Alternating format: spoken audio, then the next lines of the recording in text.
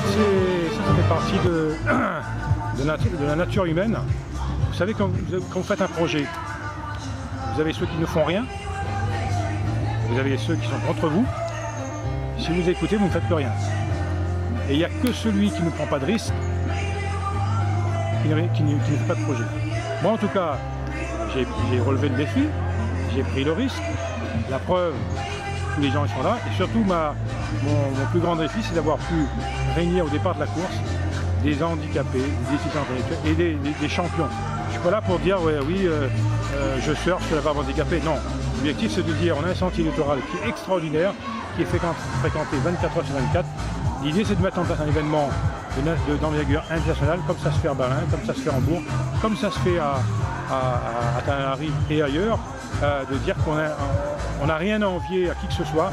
On a un patrimoine qui est exceptionnel, et il faut juste mettre tous les acteurs autour de la table pour valoriser ce sentier-là.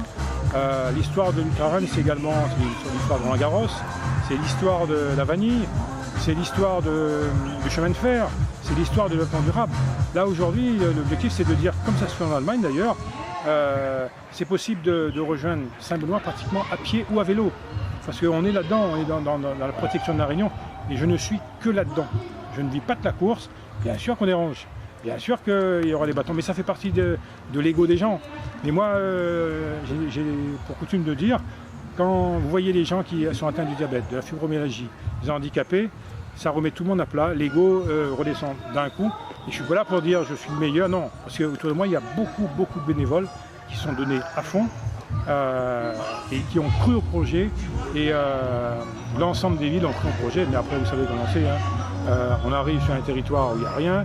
À La Réunion, le monde de la course, du trail, il y en a pratiquement tous les week-ends. Est-ce que c'est une bonne chose? Je ne sais pas, mais en tout cas pour moi c'est pas une bonne chose. L'idée c'est si on veut arriver à valoriser, faire venir des gens à La Réunion, et pas seulement faire partie des réunions vers les événements, là aujourd'hui on a fait la démonstration que c'est possible. Et après il faut mettre tous les gens autour d'une table, et après il faut que les gens comprennent que c'est en étant unis qu'on arrive à l'objectif atteint, qui est de valoriser, encore une fois, le sentier littoral nord-est.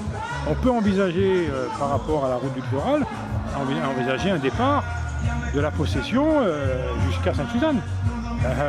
Pourquoi tout le temps dans l'ouest? C'est très clair. Mais on a un potentiel et une capacité par rapport au patrimoine qui est extraordinaire. Cet ultra-run s'inscrit également dans le cadre de la journée du patrimoine. Sur chaque ville, vous avez des expositions sur la vanille, sur le patrimoine, sur Roland-Garros, sur le chemin de fer. L'objectif, c'est de capitaliser. C'est ce qui se fait au Marathon de New York, c'est ce qui se fait à Berlin, c'est ce qui se fait à Paris. Parce que l'événement sportif en soi n'est rien sans tout ce qu'il y a autour. La culture, le bien manger, le bien-être, le partage, le caritatif, et puis également le tourisme.